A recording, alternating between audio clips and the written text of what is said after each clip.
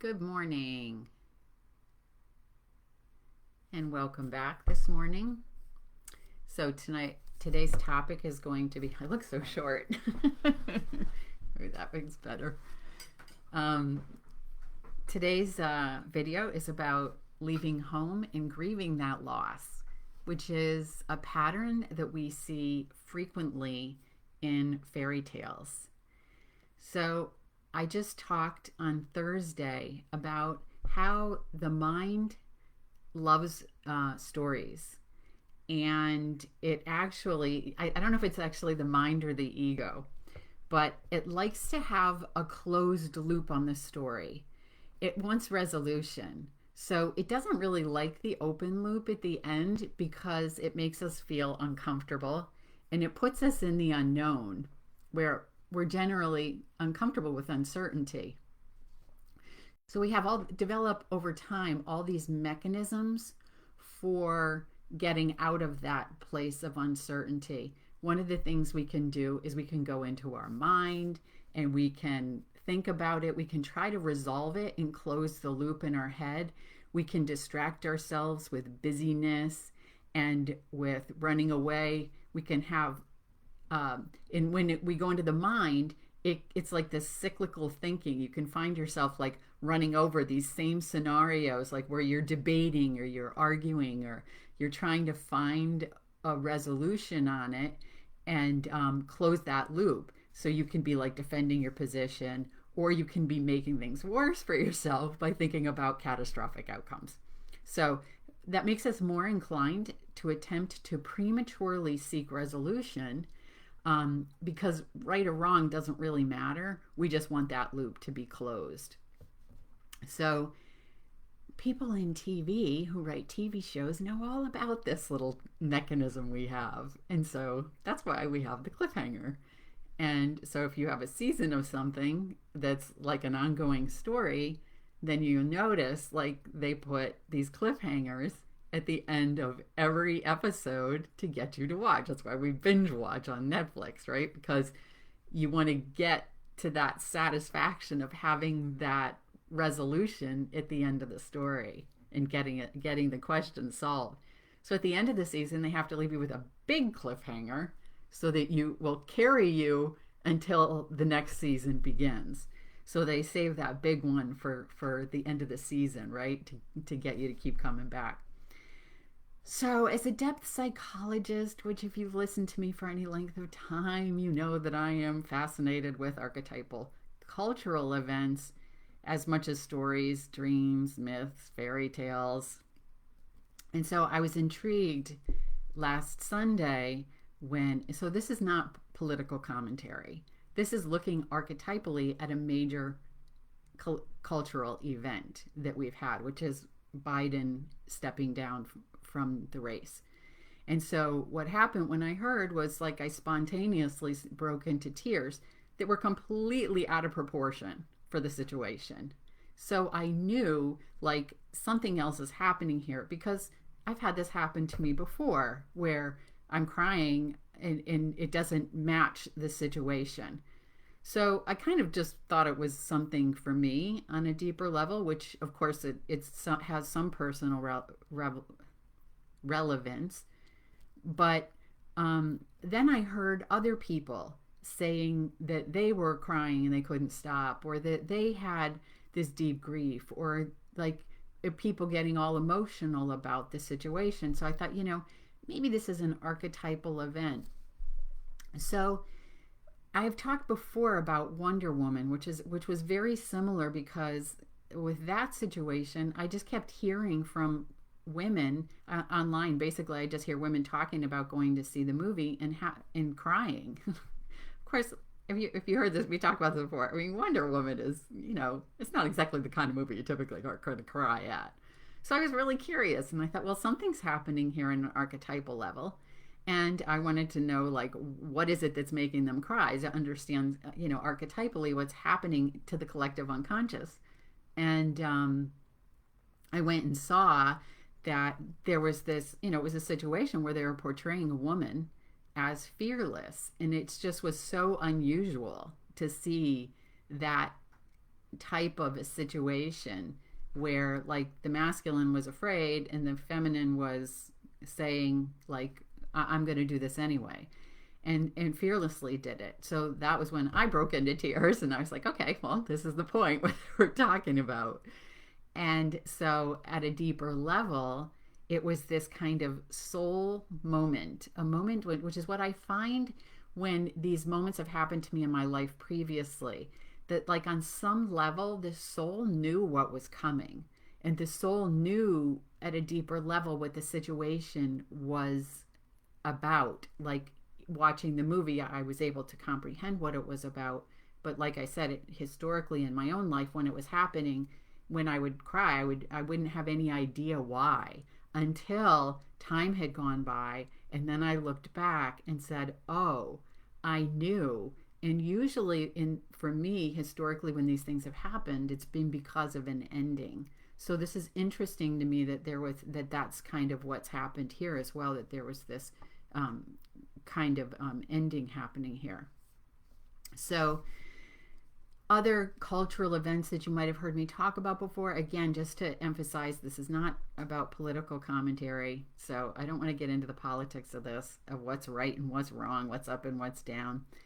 Because if you've heard me talk, you hear me always talking about getting out of polarity. So this isn't about being in polarity, it's about getting out of polarity. And it's about getting to this place where we understand differently about us being one. So I'll get into this a little bit more later. So you've heard me talk about maybe 9/11. I've written about when Notre Dame, the cathedral in Paris, burned. All of these things are archetypal events that we can look at like dreams.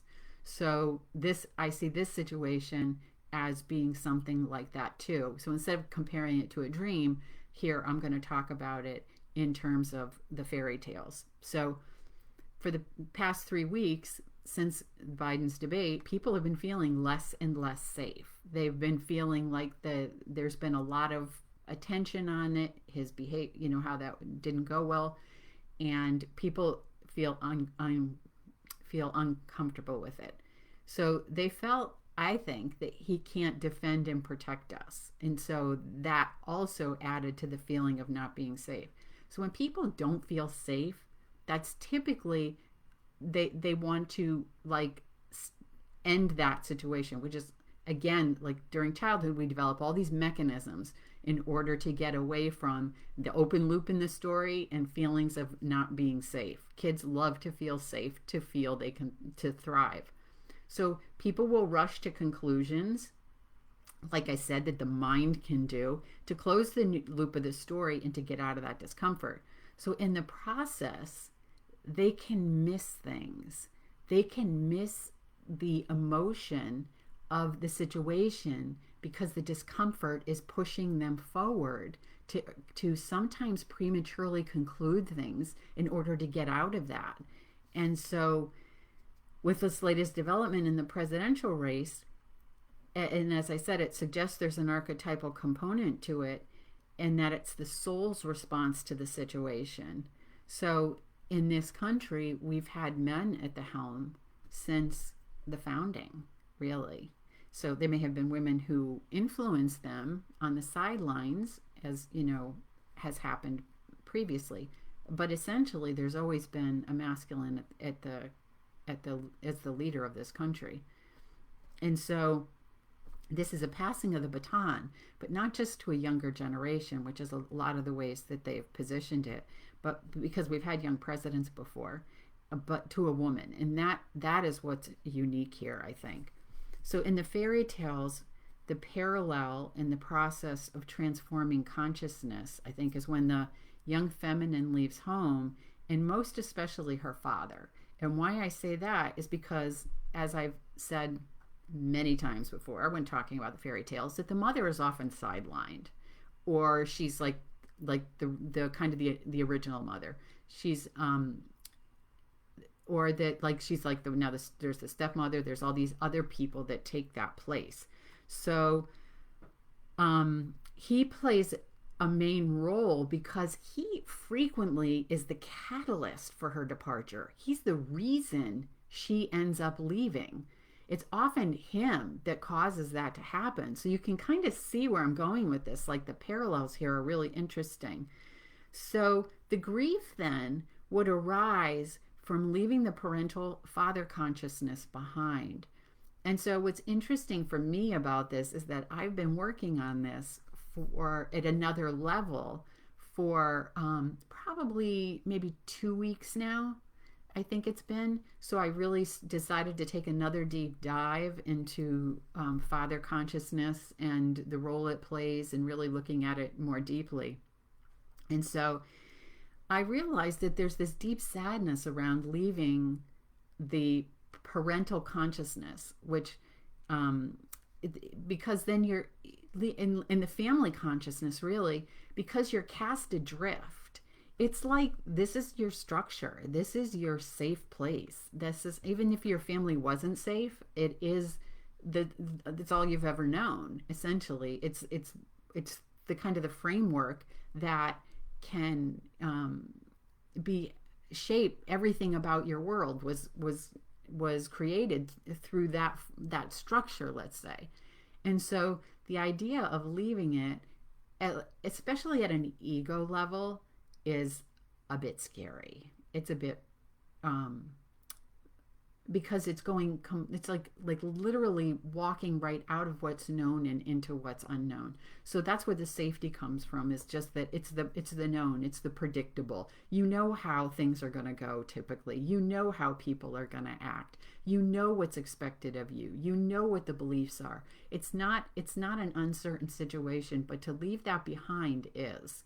So this can be literal, but it can also just be on the level of consciousness and taking on a new form of consciousness. So it feels like we're in a wave of transitions, as I hear also. So in terms of the grief, I'm hearing a lot right now about people transitioning, and so there seems to be a lot of grief around those kinds of things as well.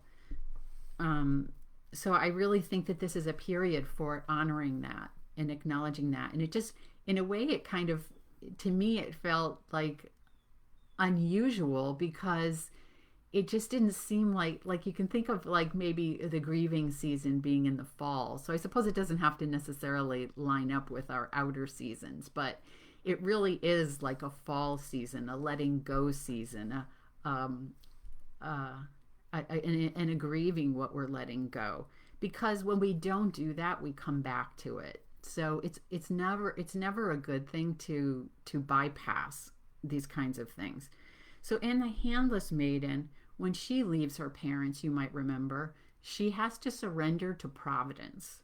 So in Beauty and the Beast, she goes to the Beast's castle or mansion, and when her father leaves her there, then she has to surrender to Providence. So both of those situations, right, they're embarking into an entirely new phase of consciousness that is completely unknown. That's the moment where they're transitioning from the familiarity of the father and the patriarchal structure and what's familiar, the family, to the unknown. So both of those situations are showing how critical that moment is.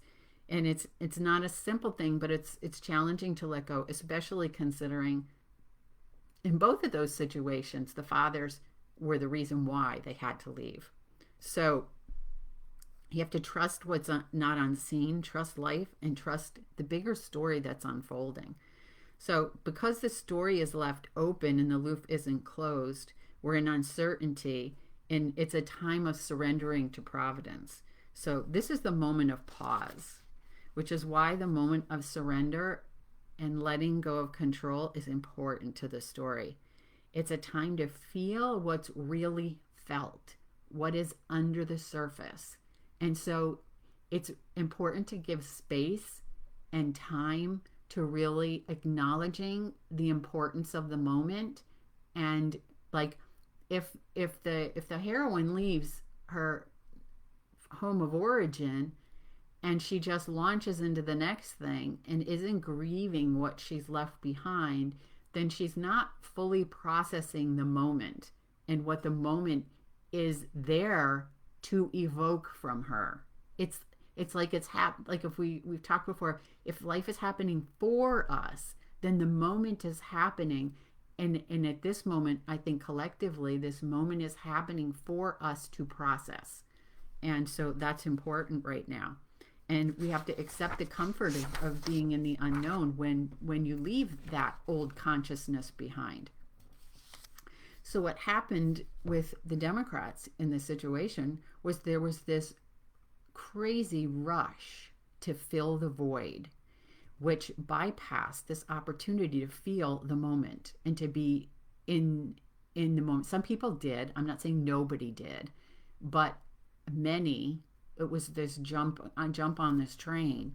And as a country, to grieve this archetypal level change and surrender to not knowing for at least a minute, and instead of charging ahead and avoiding the deeper awareness of what's happening. So I think it's really, even now, to pause and say, okay, what is it that I'm feeling at a deeper level? Because the more of us that do this work at a deeper level and process this transition, the more it won't have to come back, the more we won't have to have other things come up in order to release the grief around this change. It's not grief because it is wrong. It's not grief because, oh, this shouldn't be happening. It's just like honoring the fact that we're transitioning from the old to the new. So it's like, if my grandparents die, I can grieve that, but it's not like I think that it's a bad thing. I mean, eventually they had to move on. So it doesn't mean that there's not sadness about that. And so there can be, but you see this with people sometimes with their pets. Like they lose a dog, the cat they've had forever, and the next minute they've gone out and got a puppy or a kitten. And so it just bypasses the discomfort of being in that grief. And I've talked to some people, clients especially, who they're afraid to get into their feelings because they think they're going to be consumed by them forever. And the more that you just allow it to come and go, it doesn't stay forever. So it's just trusting again the process of feeling the emotions and not avoiding them. So since we're conditioned to bypass emotion, it doesn't always pass through us in a healthy way. And as children, we naturally deal with emotions as they come and they go. They come and they go. We don't hold on to them. We don't get attached to them. You can go from crying to laughing and being happy, like from moment to moment. So that's really what we're talking about here.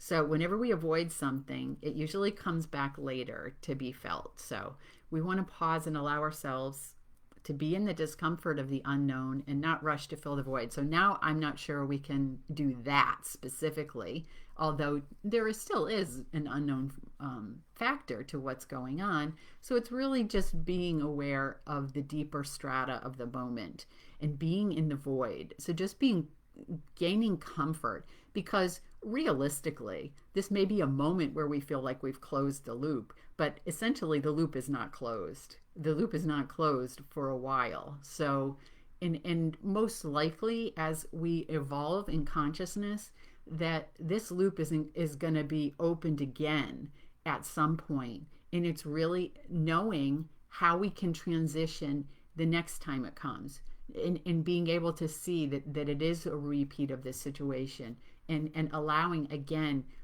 the way that I like to describe this is, it's like a pressure cooker, and the emotion is in the pressure cooker. And the more that we allow just even a little bit out at each turn, the more we're able to take the pressure off of the emotion of the culture. And that the emotion of the culture is very tense right now.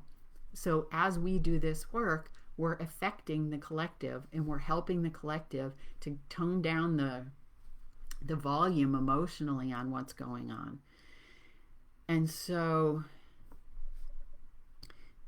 yeah, so the other thing that is very relevant right now, since I'm talking about politics, is not really politics, but is really about projection. And so that's also something that's happening a lot. And this isn't anything new. People have been talking about this for years, about how we project, what we perceive as negative onto other countries as a country, onto other people, onto, like, religiously we do it, politically we do it on all kinds of levels. We might even do it at the level of our family, and being projecting things onto others who are we perceive as different from us. And so as long as we think the enemy is outside, there's nothing we can do about it, essentially.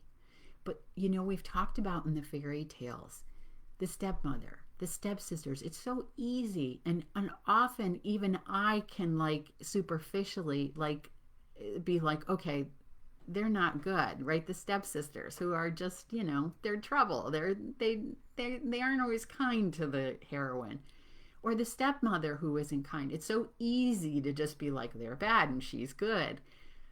But the way that we look at the fairy tales is all of the characters are parts of us. The way that we can look at dreams is that all of the characters are part of us, all of them.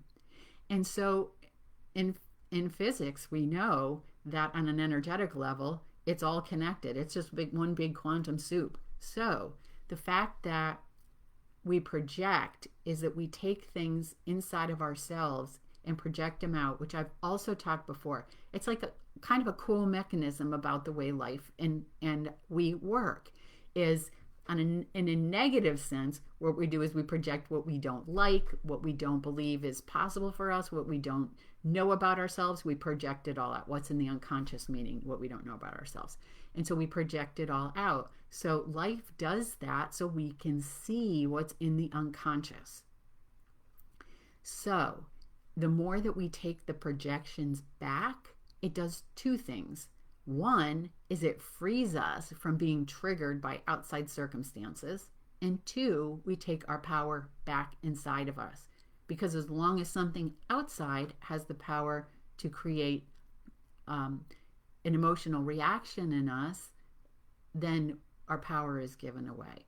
So what we want to do is we want to be taking those back, because in the end, the more that we project out, the more, like, we can see when we look at what's happening around us, there is so much projection going on. There's a ton of it. And it's so easy to get caught up. Even spiritual people I see doing it, get caught up in the idea of projecting. So it's really important that we take these back, all the places where we feel that little trigger, is to allow it to come back and to find it in ourselves and transform it in ourselves so that we can transform the collective as well. So we reclaim our projections to transform our consciousness and that of out of the country. And so we change how we perceive then from a dualistic, which you've heard me talk about a lot, perspective, and see ourselves as all on the same side, working together to create a better world for everyone. Like kumbaya, like let's do this together, not to fight an enemy, but do it together to create a better world for everyone. So, because what often happens is that our projections are about us ultimately. So it's merely that we aren't seeing ourselves.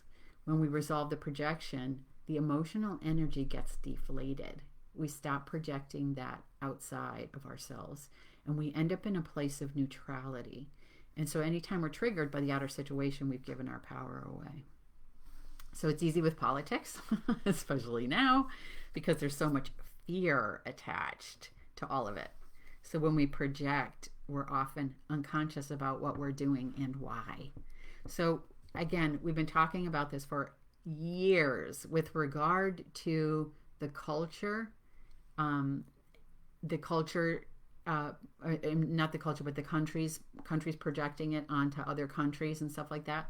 So the more that we become aware of our own projections outer, then take them back, the more that we can help to stop doing that personally, on a community level, on every level, on a political level, and on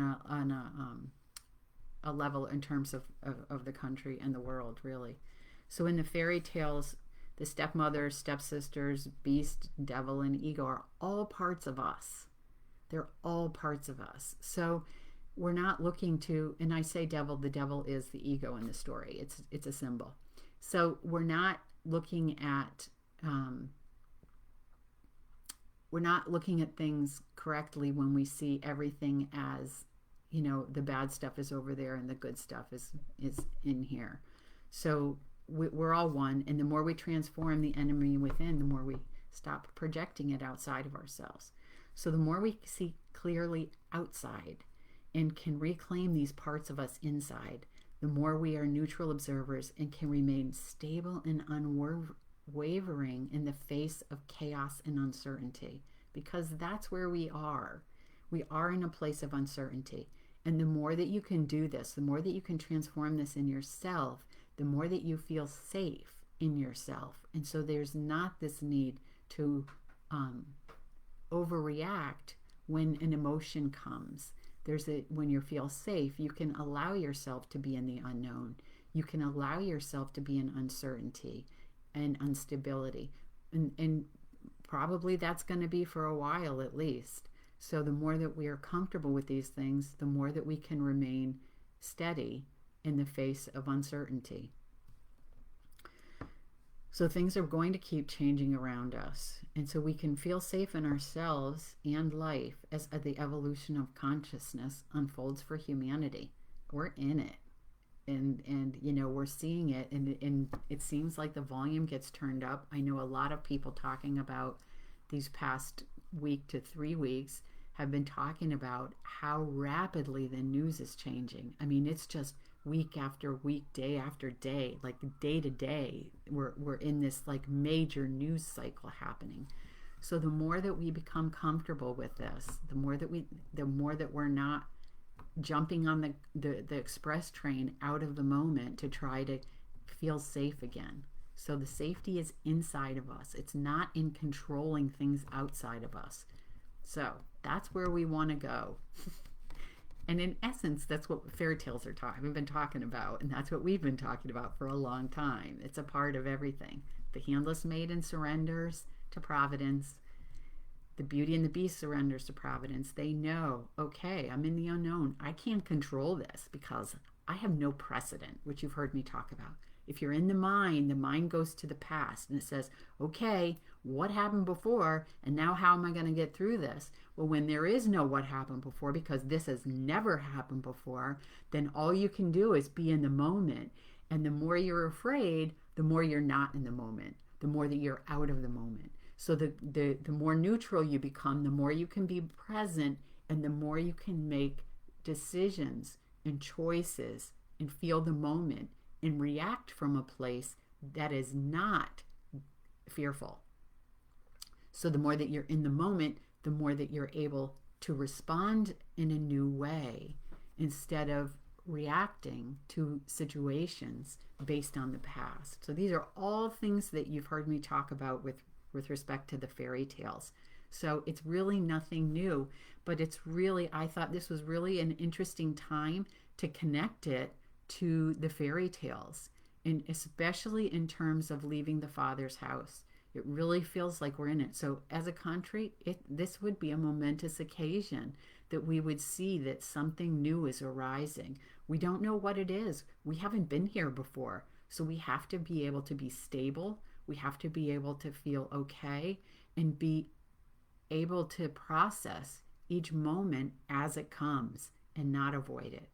Okay. I've said it enough. All right. Well, thank you for listening, and I will see you again next week. Have a good week. Take care.